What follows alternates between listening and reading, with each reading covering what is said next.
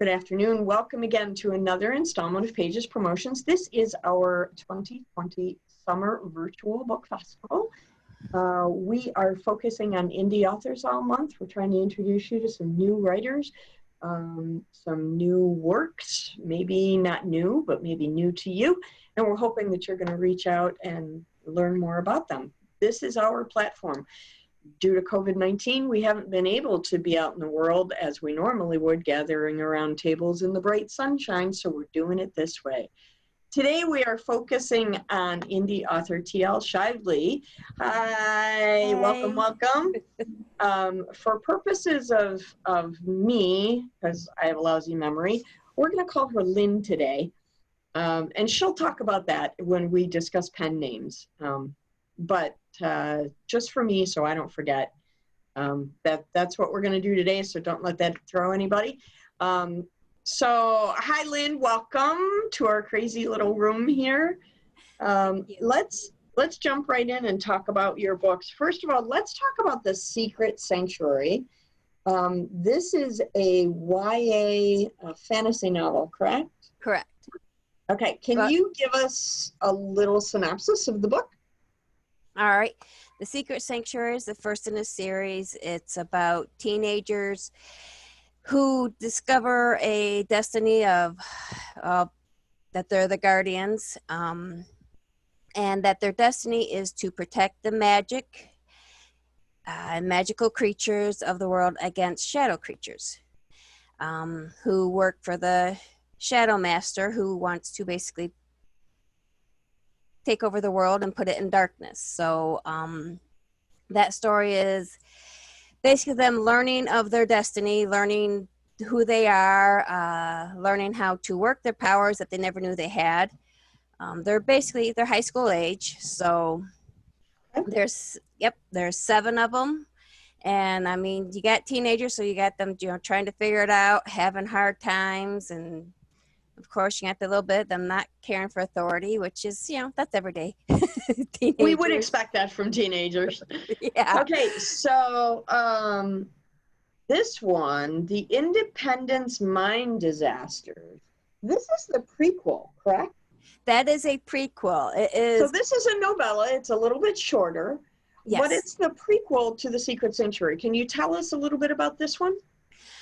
This one, the Independence Mine Disaster, in The Secret Sanctuary, you meet Claw, and he happens to be a redheaded Scotsman. He's the leader of the Gamma faction, and what they do is all the people in the Sanctuary, who they call themselves the Aryans, they fight the shadow creatures with crystal weapons.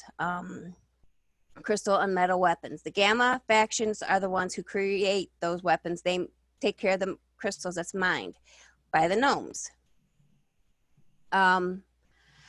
So this one follows Claw going to Alaska. And as a matter of fact, on the cover, that back there is an actual picture at the Independence Mine that my stepmother had taken. Awesome. That's pretty cool. Yeah, so we use that, and it happens there, and this is Claw going there to try and prove that the Guardians aren't needed, because at this point in time in this book, they don't have the new Guardians yet. Okay, so this one is the prequel to this one, where you really get more in depth into story and character. This is kind of the setup, right? Well, it's not really it's a story of Claw. It's a prequel story. And actually the one that this is kind of setting up is book 3, which isn't out yet. I got book 2 that's trying to get re-released. This is the Secret Sanctuary is a second edition. Okay. So this is a trilogy then, with a prequel. Right now it's a trilogy, but there's going to be more books. It's actually a series, and I do not have no clue how many books are going to be in it yet. Okay. I'm just writing. Okay, so that leads us to the standard room question: Clutter or Pantser? And I'm guessing you're a Pantser. Pantser. Pantser. Okay. It's a sad thing, but I'll accept it. I I write as the story comes, and I just I don't have it completely mapped out. I've got, what I want to write. I know where it's going. Do I know how many? Not exactly yet. No. Okay. So let's just take it from there. Are you an analog writer or a digital writer? Longhand or computer? Both. Okay. Simultaneously or one first and then the other? Honestly, it depends. It's like when I'm at work, I'll take down little notes and I'll write them down. It depends on where I'm at. And then I come home and I put it on my computer. I am not one to really write on my phone at all.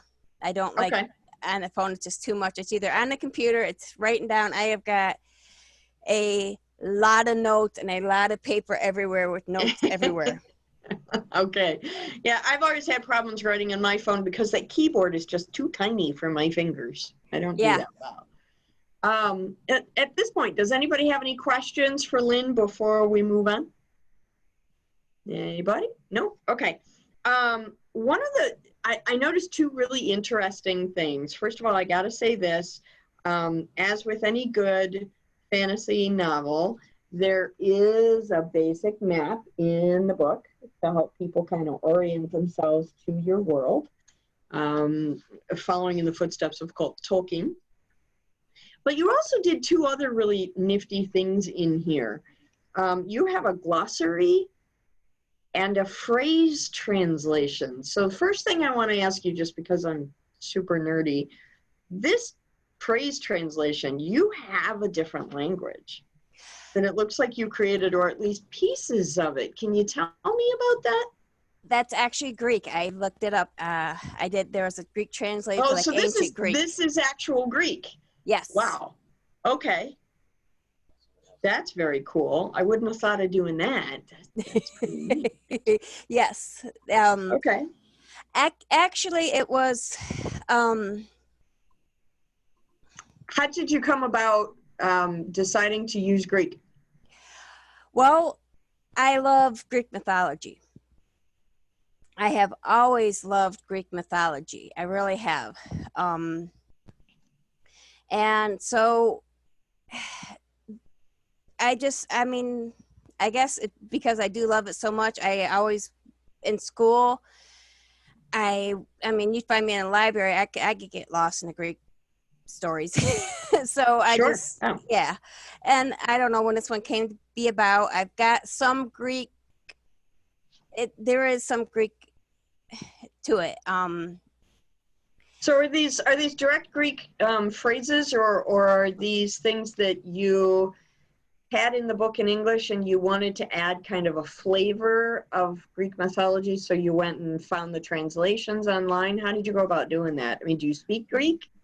Actually, the person that is speaking this in the book, he is actually she's coming to Talara in her dreams, and he's basically ancient Greek. So, that's when the time he spoke. So he's speaking the language he speaks until he gets to know the new language. Okay. And how does your character know what they're saying? I mean, how does your protagonist understand the Greek? Well, that's just it. She does not. For her, in the beginning, it's kind of gibberish until they become more acquainted with each other? Okay. Yes. For her, the reason I put the translation, because when I first did it on my first book, you guys have to excuse me, I'm sorry. My husband just came in because we had somebody that wanted to buy a book. So I'm actually signing it real You're quick. selling books. That's great. Do that. Awesome. Yeah, so I'm like, he comes out, he's looking, I'm like, and he's like, he's holding the book up. He's like, you got somebody here that wants to buy a book? I'm like, really? Oh, please sign the book. That's spectacular. Yeah, no, we'll wait for you. Go ahead, do that. That's why I was looking down. I signed it, and he's trying. That's kind of the purpose of why we're doing this. So, congratulations, you just illustrated my point. Thank you very much. Thank you. So tell us about this character and how they come to understand the language. I mean, if I went to Greece, I wouldn't understand what was going on. Right. if they didn't already speak English. So how do you make that transition, especially bridging that gap for your reader? I've not read your book yet, so I'm not sure how you do that. Okay. Well, see, in the book, the only Talara comes across Zach in her dreams. And towards the end, she finally actually kind of sees him when she's awake, which surprises her. And nobody else can see him but her. And so basically, he comes from a time when that's the language he spoke. But as he is coming in her dreams, he learns English through her, and then he starts speaking it. Okay. So how do you bridge that gap in the story for your reader? How do you set that up? So what kind of writing techniques did you use? Because I know Michael is writing a fantasy novel as well, and I know he's curious. How did you bridge the gap for your readers so that they wouldn't get confused between these languages? That's kind of a hard one there. When I did that, I showed her confusion at not being able to understand him. And then what I did is also she talked with her friends, and one person in the group happens to be the smart person. His name is IQ. Real name Maximilian, but don't call him that because you don't like that. Okay. And she was trying to tell them the words, and that's when he goes, that word is fotia. And mind you, I can't pronounce these, even though he goes, that's fire in Greek, and that's when they realized that it was Greek. Okay. Because she had no clue. I mean, and I wouldn't have no clue if somebody spoke it to me. So does the text actually show it in that language in the book? Yes. Okay. So you can just go to the back and figure it out. Yep, and in the front, and the reason I did that because when the first edition of that book, I did not do that. That wasn't something my publisher had spoken to me about at the time. There was a lot I didn't know. Well, my boss, who has become like family, my old boss, his wife had read it, and so she had asked me about that because that confused her, and I'm like, oh. Yeah. And the words, Troy, just to satiate your curiosity, because I know what's going on in your head right now. The phrases are written out in English phonetically. Okay. In the glossary. So it's not actual Greek script, it's phonetic English. Oh, yeah, no. I don't, nope, it's not. I'm sorry. Yeah. Yeah. So that's, because I know that's going to be your question. So I don't know if you can see this or if it's too tiny. But it's phonetic English. Okay, great. So then you also have this glossary. As I'm reading through, it's kind of a glossary of slang or of group terminology. It's really a terminology thing. What made you decide to do that? Was it for similar reasons for the translation section as well? Yeah, somebody talked to you about that because, they didn't know what a crim was. A crim is my own word that I came up with. I mean, I came up with that when I was doing a boggle or something because I kept thinking that should have been a word and it wasn't. So I made it a word. Excellent. Great. I like it when there's appendices in the back of books and it has all this extra information. I love that. In fact, I do that on mine as well. Like every term I've ever come up with, there's in the back. It doesn't really, at this point, tell you what it is, but it tells you where to find it in the book, and then you can go read that section and figure it out. So it's always nice to have those. Troy, we missed this on your interview. You put an index in the back of your book? All my books have appendices with that stuff. That's incredible. Okay, you can no longer call yourself a pantser. I'm sorry. You can't. Well, I know. That was, my first couple books were, but I'm a plotter now, so. Yeah. You come over to the proper side of writing. I appreciate that. Anybody else have questions for Lynn before we move on? Anybody? No? Okay. Lynn, tell me about the next book in the series, the one that's currently in production. Tell me about that book, what the synopsis is there. Okay, in book 2, It has the Guardian, What's the title? The Town That Time Forgot. Okay, and the synopsis. Okay, now in that book, as the Guardians they're trying to live a normal life along with being a Guardian. The Guardians before them all grew up in the sanctuary. They knew nothing outside of life. They didn't have the families. They didn't go to school. These Guardians are doing it differently. So they're trying to have a normal life while still training to be Guardians to take on the Shadow Master. Okay. And in this book, they go to school, and the Arians from Sanctuary come to the school, as a teacher, as students, as the new principal to help them. And so in this book, they attend a concert, which in the back, how concerts has a view screens, sometimes like images, and they showed an ancient Greek village there. And there was a symbol there that one of the Arians recognized. And so what they did is they started to investigate and found out it was a town that was cursed, and where they found out where the town was. So they went to the island to find the town, which they did after walking, and it was stuck in time. And basically it was a town that was cursed by Eris and Ares. It was also guarded by a dragon. Okay. Dragon that didn't want to let them leave. So they got there, they found out the town was cursed, and found out that if they did not get out of the town before it disappeared, they would be stuck there. Sounds like a tremendous high action kind of book, which is perfect for the second in a trilogy. Absolutely perfect. So Yeah. Tell us about the third book you're currently writing. Okay, now the third book is really getting, it's probably going to be the longest one of them. I've got so much I'm putting into it because it's setting things up, because book one basically set up about the Guardians, about the powers, what they're going to be doing. Book two was the start of something, a faint start of it. And book three is there going to be a lot of information coming. It is set in Alaska, just like Claw's book. Okay. They go to the sanctuary in Alaska, and this sanctuary is located under the Sound, the Prince Allen's. I'm sorry. The Sound at the bottom of the Sound floor. Okay.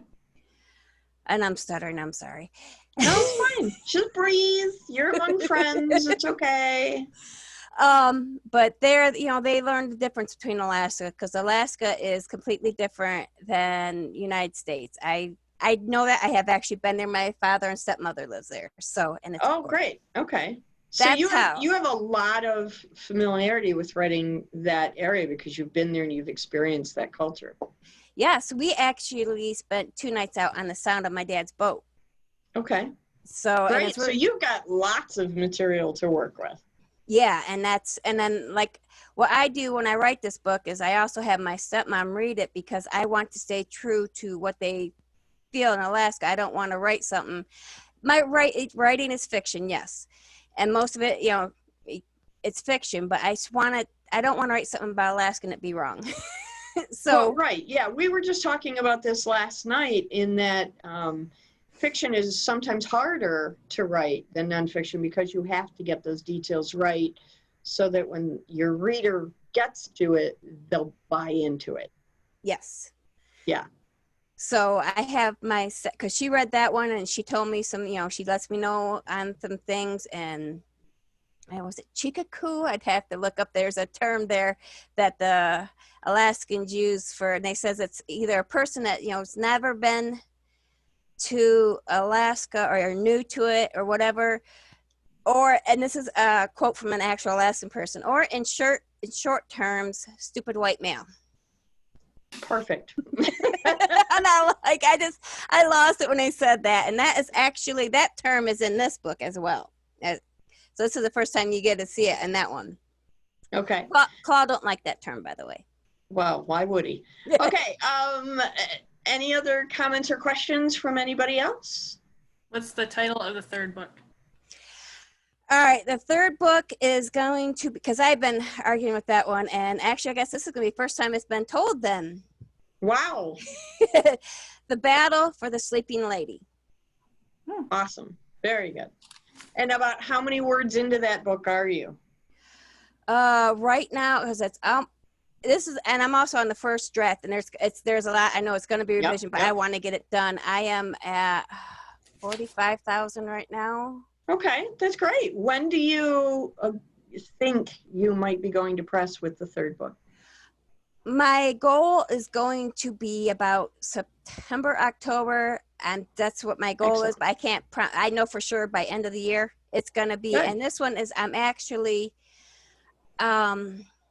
I'm going to be doing something different with this one. If any of you guys know Douglas Pierce and his Rusty Bones, his Rusty Bones, if you look in the front, how they have the pictures in there, that inspired me. I'm talking to someone that might, because in my third book, there is 2 major battles, and I'd like them to do a drawings of those battles and be able to put like in the front and then the back. That's always super helpful, especially for YA books, because humans are raccoons by nature, and we like sparkly things, but even more so young adults. So it's a good plan. Yep. Anybody else have any comments or questions? Would you say that this has like a Stranger Things vibe? Okay, I've not really watched Stranger Things. Okay. I've heard about it, but not watched it. So give me a hint. Yeah, Troy, give us an idea of what you're asking. There's the underworld, but it's the dark, what what you said about the dark creatures, or what, I forgot. There's shadow creatures and the Shadow Master. So it kind of reminded me of that a little bit, and there's dealing with children, kind of high school age, maybe middle school, but it just kind of, I thought, well, maybe it's similar to that. I'm not really sure, because like my teenagers, their powers come from their ancestors, and they don't even know. Stranger Things, they don't have powers; they're just normal people. But I just thought maybe it's similar. Nope. Yeah. Okay. Why young adult, Lynn? Why are you writing this age group and not either younger or older? What made you make that choice?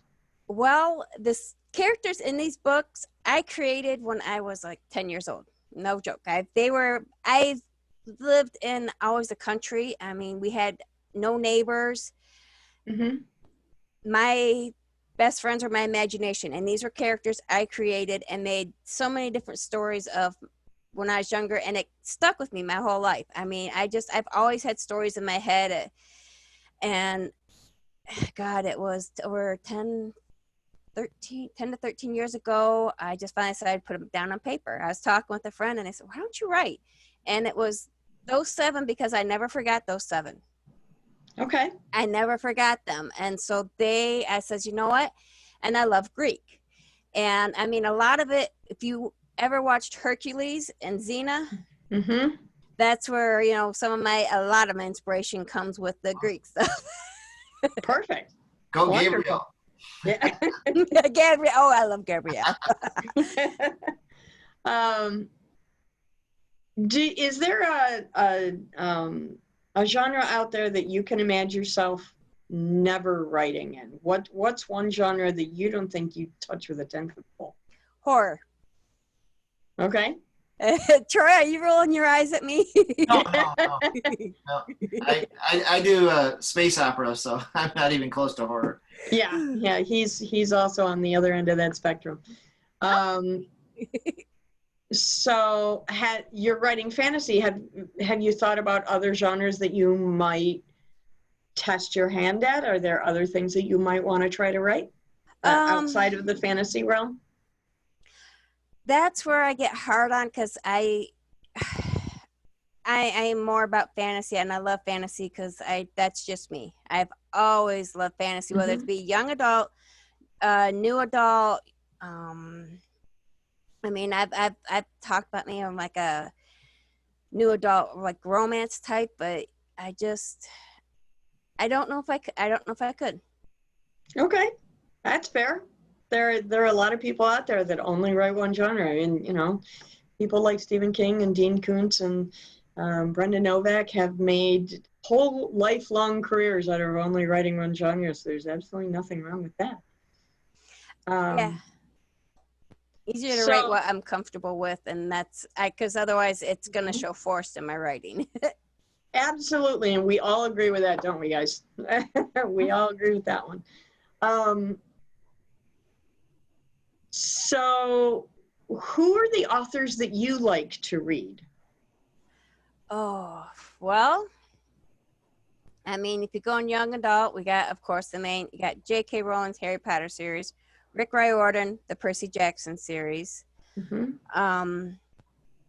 I like, oh God, I know the Aragon series. I did that.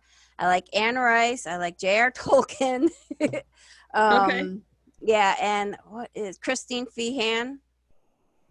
Okay. So I like to read. I mean, the only thing I cannot read is I can't, some horror, depending, because there are some Stephen King novels I have read, but I've got to be careful on that because I am a wuss and I will have nightmares. Yeah. Well, Anne Rice is not that gentle a writer either. No, So. no. So I've read, hers was the Vampire series. Mm-hmm. That's really the only ones of hers I've read. Yeah, she actually wrote Christian fiction later in her career. And then she came around and she wrote vampire stuff again. So she can be eclectic when she wants to be. Absolutely. What's one of the other questions that keeps coming up a lot, and unfortunately Kate is not feeling well today, so she asked me to ask this question for her. What's the strangest or most unusual place you've done research, and what was the result of that research? So the Okay. weirdest place you found, you sought out research material, and then what was that nugget you found that was so strange? Oh my gosh, that is what. So just to give you an understanding of the question I'm asking, microphone's coming up. I'm writing a historical novel where it takes place between Alexandria and Petra in Jordan and Egypt. And what I did is I had to find out how long does it take for you to travel by camel between the two cities. I found out it's 18 days, in case you're wondering. Oh, wow. So if you want to take a camel from Alexandria to Jordan, it planned for an 18-day trip in good weather. So something like that. What's a weird piece of research that you've turned up in your writing, these works you're doing? Oh, I know I was looking just for weird facts on Alaska, and I found out I think it's Alaskan tree frog. During the wintertime, it's like a frozen little popsicle. Okay. So, I mean, stuff like that. I like to have like weird facts, and that's mainly because there's two of my characters in there that are like, they like to be funny, and so they'll come up with little remarks and like little stupid facts. So, and I've done that. I've looked up weird facts that they've done. Just, like those. Oh, do I even have the book here? What is this? I think. Yeah, 1001 fun facts and useless information. Perfect. That's a book I need to get. So yeah, I've looked up that one just because they'll sit there and just make a comment that they're like, what? That book and a baby name book, I think, should probably be on everybody's shelf. If you're a writer, I think those two resources are perfect. I've got the baby name bookmarked. I don't have it on my shelf. So. Yeah. So what's the strangest character name you've come up with? Okay. Well, Claw. In the Independence Mine Disaster, I guess would have to be his name, Claw. And everybody's trying to figure out how he got that name. And he has not told anybody yet. And so you're still trying to figure it out too. He has not told me. I am one that, I speak through my character. So I says, well, they haven't told me what, so I can't do it yet. I get it. All we do is write up incident reports, right? Exactly. That is it in a nutshell. Some of us take dictation, some of us write up incident reports. None of us actually do this on our own. We know that. No, and Any then other... I mean, my main character got drunk last night. Perfect. Oh, that was fun. Okay, is this a family-friendly celebration you can tell us about, or should we wait for the book? She's going to get a tattoo, so she. Aha. Okay, I would probably need to be drunk for that. Yeah, me too. I don't have one, but the one I want is around my ankle, and I'm too much of a wuss when it comes to pain, so I'll never get the one I want. Yeah, me too. I'm a wimp when it comes to pain. Pain hurts me. I'm not doing that on purpose. Any other questions from anybody?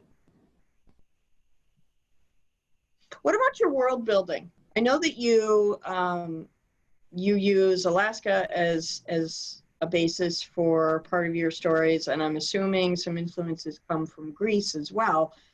But when you sit down to design your world, design your culture, how do you go about doing that? Do you do research, or do you just sketch it out in your brain, or how do you do your world building? Well, a lot of it, I like to go to Google Images, type in fantasy, type in something, and they will help me there. I've seen, and it's with the sanctuary. I have that.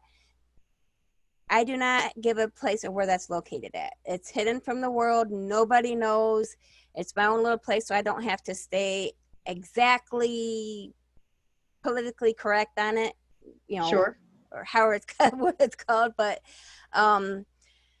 like in Alaska, though, I like to go and see things, and it gives me inspiration. Pictures there, and this summer we're going to Georgia, Savannah. And I mean, a story may end up there. I don't know. It depends on if something speaks to me. It's got to hit me. I can't plan it. And if I get stuck, like I said, Google Images, you can find some real cool things that give you inspiration. Yeah, absolutely. My husband and I were traveling down to Florida once Christmas break, and we passed a town called Zebulon. Ooh. And I went, that's a character name. I'm using that in my book. Yes! And I did. I used it as a character name in my book because I was writing about heaven and hell, and he's a guy who lives in hell. So he's actually a poet who lives in hell. He's a bad poet, but that sounds interesting. but yeah, you see these little triggers, and I remember going, we're driving by, and I looked at my husband and I said, that's a really strange name for a town, and I need to use that somewhere. And he said, okay. And I said, pencil, where's a pencil? And he said, just put it in your phone. So I did. But yeah, it was, you get little triggers like that, and then you never know how you're going to end up using them. That's me. I don't have no rhyme or reason. And I'm a diehard passionate plotter, and I still get those little triggers. So maybe there's hope for me yet, Troy. I don't know. Well, the name's got to come from somewhere. Yeah, right. I've got some awesome names, but like my wife can't pronounce a couple of them, so she'll just kind of scroll over them. Yeah, right. That's when you need a pronunciation key. Yeah.